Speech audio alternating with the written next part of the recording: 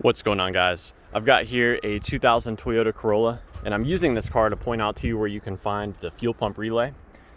Now, to start with, go ahead and see if your horn works.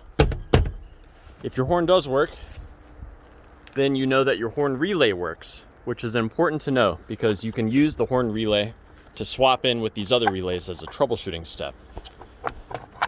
Now let's go ahead and pop here. That is your horn relay.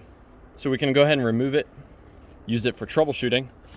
Now while we're here, I'm gonna go ahead and point out the EFI relay. This relay is just as important as the fuel pump relay. And that's this one right here. When this relay is activated, it directly sends power to that fuel pump relay, among other things.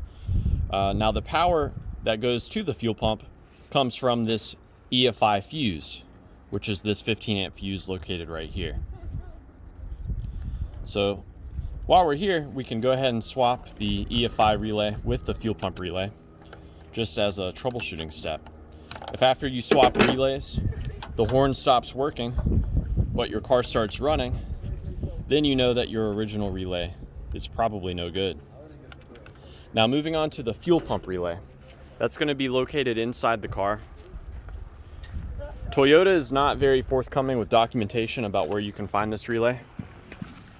But we're going to pop down here and I'll show you where it is. So that relay is the second from the top. So it's going to be this relay right here. And it's just like that horn relay I pointed out to you earlier. So you can swap in that horn relay as a troubleshooting step. Now you can also access the relay to see if it's receiving power without even lifting up the car. So removing the rear seat, which it's just held in by popping into that bracket right there, you just pop it up on either side. We're gonna find an access cover here. Now if it's never been removed, it's gonna be on there quite firmly. What you have to do is pry up on these ears right here and pry around it, and it'll eventually come out. You can see there's some sort of sealant or glue there. So this is where you can find the actual fuel pump. And you can even change it here if you want. You just use some Phillips screws. So there's where the pressure line comes to, and here's the actual connector to the fuel pump.